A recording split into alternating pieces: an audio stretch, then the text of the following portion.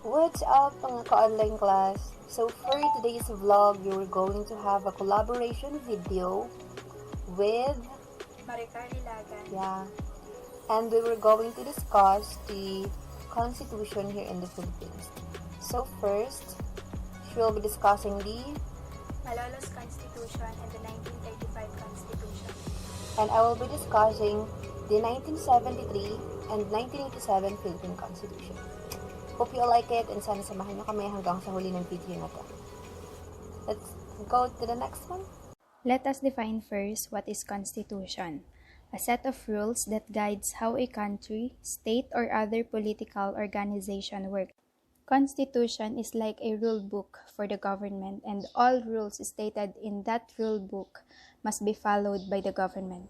This document also creates two branches, the powers and responsibility. It also contains the right of the people. It is important for us to have a constitution. First, it's to maintain the law. Because imagine, our country without a constitution, it will be in chaos. Second is impose rules and regulation because constitution serves as a guide to the government officials and managing the government. It tells them the things that they should do and the things that they shouldn't do. Third is the rights and freedoms of the citizen. Your freedom of expression expressed in our constitution. Last one is limits the powers of the government because without the constitution, greedy officials will take advantage and the government will function according to its will. So, how did Philippine Constitution started? It started from more than 300 years of Spanish rule. Nationally sentiment began to grow among group of Indios, or Filipinos fueled in large measure by the writings of national hero Jose Rizal and other illustrators. A revolution happened against Spain and declared Philippine independence in Kawit, Cavite on June 12, 1898. And there, the Malolos Congress was convened on September 15, 1898, and the first Philippine Constitution, called the Malolos Constitution. It was approved on January 20, 1899, ushering what is called the First Philippine Republic. Malolos Constitution was written by Felipe Calderon and Felipe Buencamino. The ratification and proclamation held at Baraswain Church in Malolos. And now, let's move on to the salient features of the 1899 Constitution. First is a popular representative government. Second is unicameral legislator. When we say unicameral, it means that there is only one legislator called assembly. The assembly had full control over the executive power. The president was elected by the assembly. Third, there was already a separation of the church and state. Fourth, there was already a Bill of Rights. And last, it already had a compulsory and free basic education. But there is a problem with this constitution. It was not fully implemented because of the eruption of the Philippine-US War in which the Philippines lost the battle. And there was Americans colonized the Philippines. Filipinos were again colonized for the second time. During the American period, an American-inspired constitution was made. This was the 1935 Constitution. In 1916, the Philippine Autonomy Act, or also known as Jones Law of 1916, was passed, resulting to an all-Filipino legislature, which means that Filipinos were given a hand in running the country. On July 10, 1934, 202 delegates were elected to write the Constitution. The convention opened on July 30. The draft was finished by January 31, 1935. And by that, the Constitution was approved by the U.S. President Franklin D. Roosevelt on March 23, 1935. The Filipinos ratified the Constitution on May 14, 1935. The 1935 Constitution was led by Manuel L. Quezon, the President of the Philippines that time. He enumerated the composition, powers, and duties of the three branches, namely, executive, legislative, and judiciary. In executive, President leads the country in 4 years term. wherein in the legislative, it is the power vested in the Congress of the Philippines. They are authorized to make, alter, and repeal laws. The legislature was changed from a unicameral assembly to a bicameral Congress. When we say bicameral Congress, it has two legislators in separate assemblies. It composed of House of Representatives and Senate. And in judiciary, the judicial power is vested in one Supreme Court and in such inferior courts as may be established by law. Meaning, the judiciary is the one who interprets, defends, and applies the law in the name of state. Also, in 1935 Constitution, it introduced the rights of suffrage, or the right to vote by male citizens of the Philippines, who were 21 years of age or over. Luckily, this right was extended to women as well. The 1935 Constitution was not the first constitution, but it was the first one to be fully implemented. However, the implementation was interrupted because of the Japanese occupation in the Philippines. The Japanese invaded the Philippines for the third time. We were colonized again. After the Americans surrendered, the Japanese Republic was established, and new constitution was ratified. The 1973 and 1987 Philippine Constitution. So first, let's talk about the 1973 Constitution. September 21, 1972, former President Ferdinand Marcos issued a proclamation number 1081 placing the entire Philippines under the martial law. Shortly after November 30, 1972, the draft of the 1973 Constitution was formally approved by the Constitutional Convention.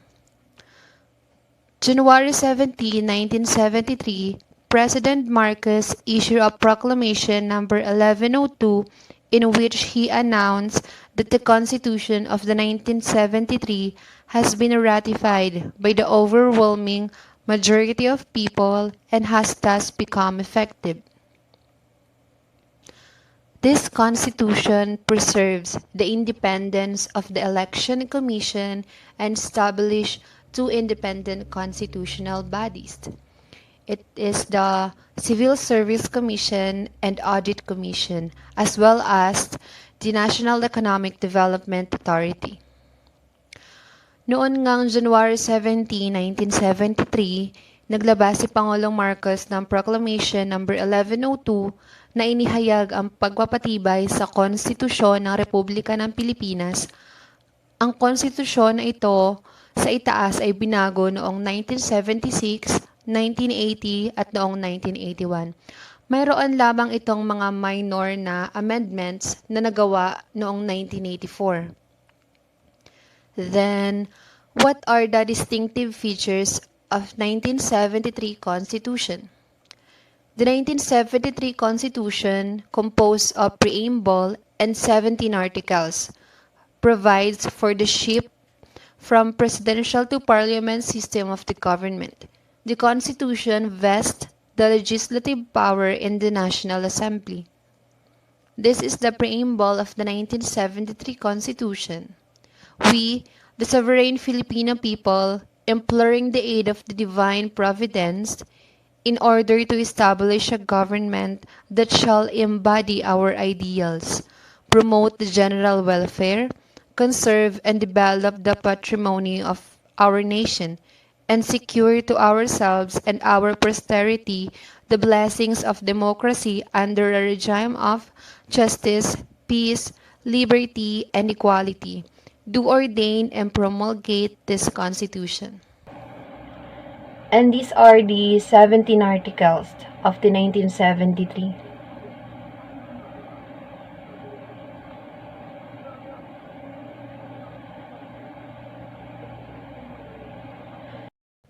And what kind of government did the Philippines have under the 1973 Constitution? We have the Batasang Pambansa, a unicameral legislature. This was ratified and proclaimed by President Marcos on January 17, 1973, amidst widespread protest and controversy. With the proclamation of a new constitution, the presidential form of government was changed to modified parliamentary form. Nang maideklara nga ang batas militar, ang konstitusyong konstitusyonal sa bisa ng isang batas ng Kongreso noong 1971 ay nasa proseso ng pagbabalangkas ng isang bagong saligang batas. Natapos ang Kongreso at pinalipan ng isang nahalal na unicameral National Assembly at ito nga ay kinilala bilang Batasang Pambansa.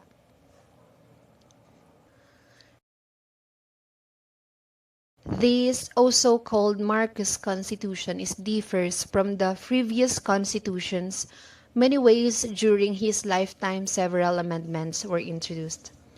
To suffrage in 1935, only male gave the freedom to vote, while in 1973, both male and female gave the freedom to vote. To Congress, in 1935, we have the National Assembly. Then, in 1973, we have the Batasang Pambansa. In COMELEC, we have one chairman and two commissioners in 1935, while in 1973, we have one chairman and 8 commissioners. Then, in 1935, the COMELEC is appointed by the President, while in 1973, the COMELEC is appointed by the Prime Minister. And these are the qualifications to be part of the COMELEC in 1935. There's no qualifications to be part of the COMELEC. While in 1973, you should be a natural-born citizen at least 35 years old at the time of appointment and the holder of a college degree.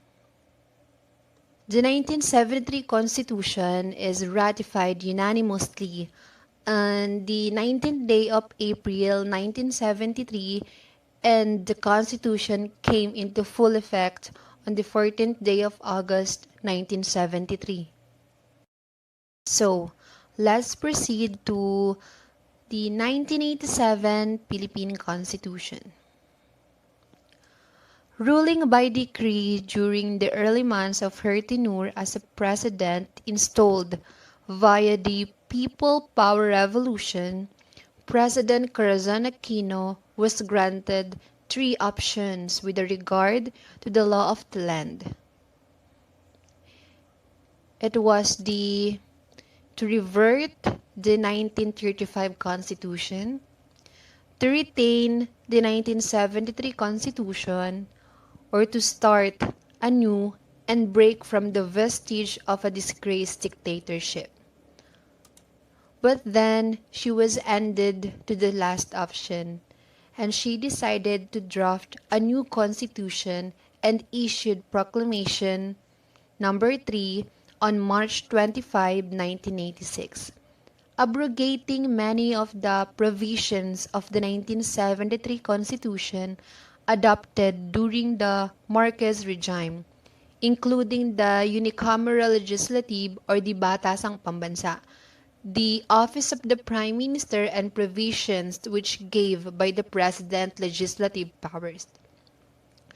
Nagpasya nga si former President Corazon Aquino na magbalangkas ng isang bagong konstitusyon at naglabas ng Proklamasyon Number 3 noong March 25, 1986 na tinatanggal ang marami sa mga probisyon noong 1973 Constitution na pinagtibay sa panahon ni former President Marcos, kasama na ang unicameral na lehislatura o ang Batasang Pambansa, ang tanggapan ng punong ministro at mga probisyon na nagbigay sa Pangulo ng mga makapangyarihang pangbatasan.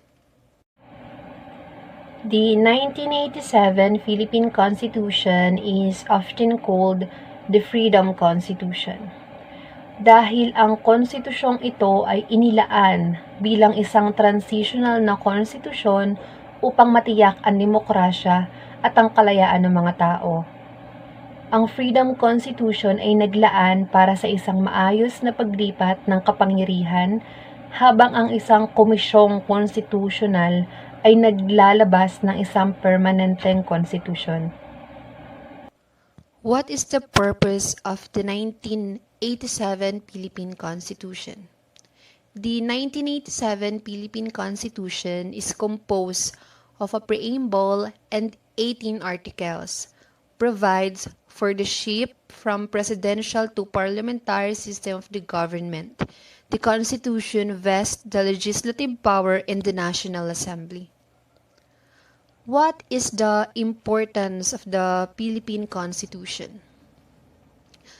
The Philippine Constitution is important because it protects our rights and it enables us to have justice and live a beautiful life. Mahalaga ang konstitusyon ng Pilipinas sapagkat nagbibigay daan ito sa atin na magkaroon ng hustisya at mabuhay ng matiwasay.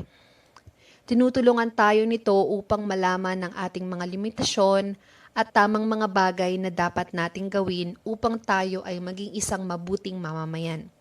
Malalaman natin kung paano natin dapat protektahan ang ating mga sarili mula sa ating mga kaaway.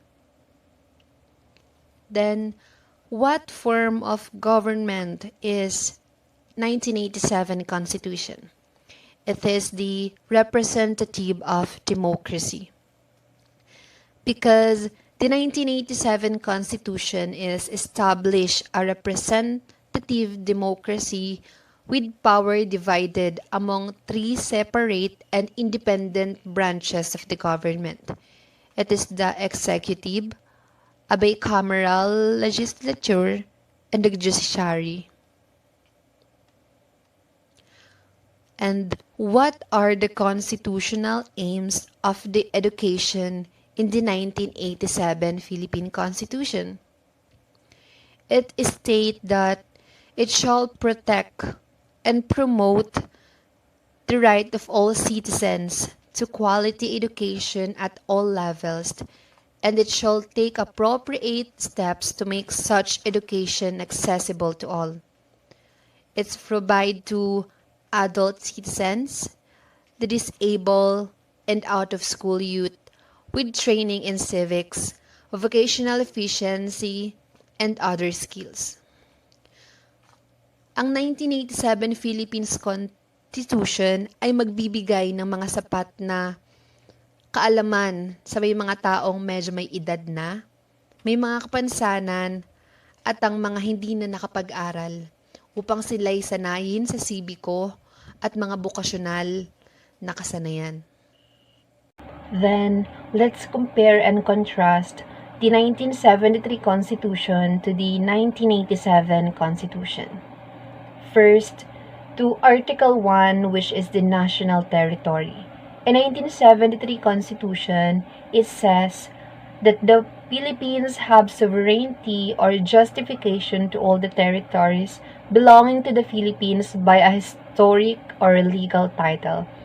It is including the territorial sea, the airspace, the suboil, the seabed, the insular shelves, and the submarine areas. While in 1987 Constitution, they remove the clause belonging to the Philippines by historic or legal title. In that case, it can be implies that in 1987 Constitution, we can lost our rights for the Spratly Islands. Then, to the do ordain and proclamate this Constitution. In 1987, the President or the Vice President is elected for a term of 6 years with no re-election because this was aimed to contra a future president who will seek a new term. And while in 1973, you can run for re-election and have another 4-year term. Then, in 1973 Constitution provides parliamentary form of the government. In parliamentary system, the president is the head of the state and there is a prime minister who is head of the government. While in 1987 Constitution, it offers a presidential form of the government. Whenever a prime minister were unable to deliver a good governance, he can be replaced right away with a simple vote of no confidence from National Assembly.